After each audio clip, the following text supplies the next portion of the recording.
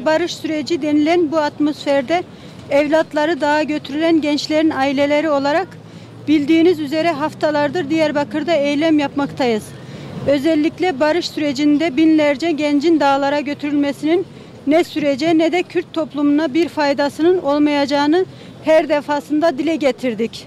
Özellikle de Kürt gençlerinin üniversitelerden kopartılıp dağlara götürülmesi Kürt toplumunun aydınlık yarınlarını karartmaktan başka hiçbir işe yaramayacaktır.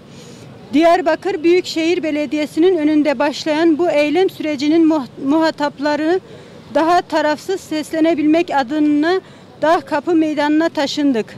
Her seferinde evlatlarımızı ne zindanda ne de dağda olmaması gerektiğini vurguladık. Gençler kimsenin askeri olmayacak, ölmeyecek, öldürmeyecek dedikçe meşruiyeti barıştan, insan hakları ve demokrasiden alıp bu söylemleri bayraklaştıran STK ve partilerin hiçbirini yanımızda görmedik.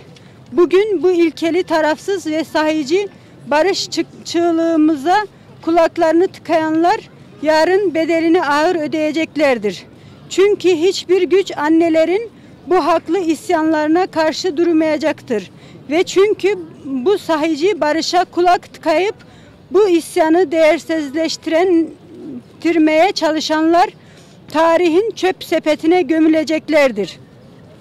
1,5 yıldır devam eden iyi kötü bir barış süreci var ve bu süreci kansız bir şekilde devam etmesini sağlayan herkese minnettarız. Elbette ki bu süreçte eksikliklerin, hataların olduğunu biliyoruz ve 30 yıldır devam eden bu kirli savaşın acı çeken, bedel ödeyen insanları olarak şunu çok iyi biliyoruz ki barışmak savaşmaktan daha zordur.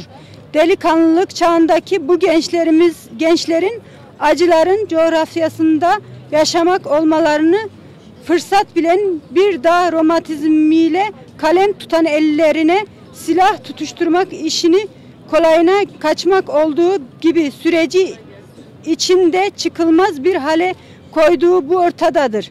Barışı inşa edebilmek için müthiş bir sabır ve kararlılığa sahip olmak lazım. Üniversitelerden apar topar dağlara götürülen gençlerin ellerine silah verilen barış inşa edilemez.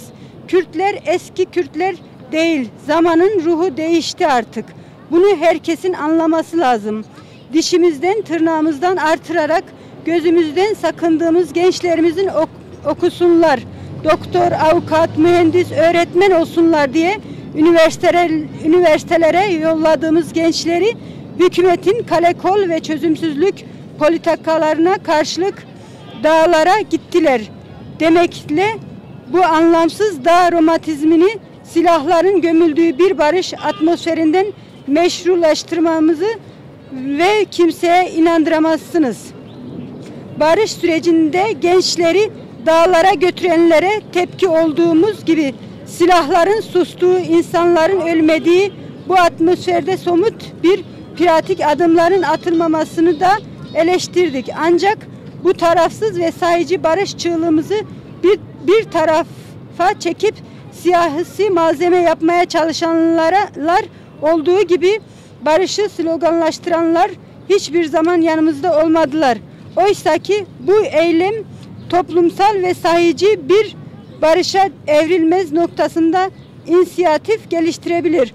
Barış anneleri, asker anneleri ve biz sahici barışı isteyen annelerin ortak noktada buluşmasını sağlayabilirler. Görünen o ki bu fırsatı da ellerinin tersiyle ittiler.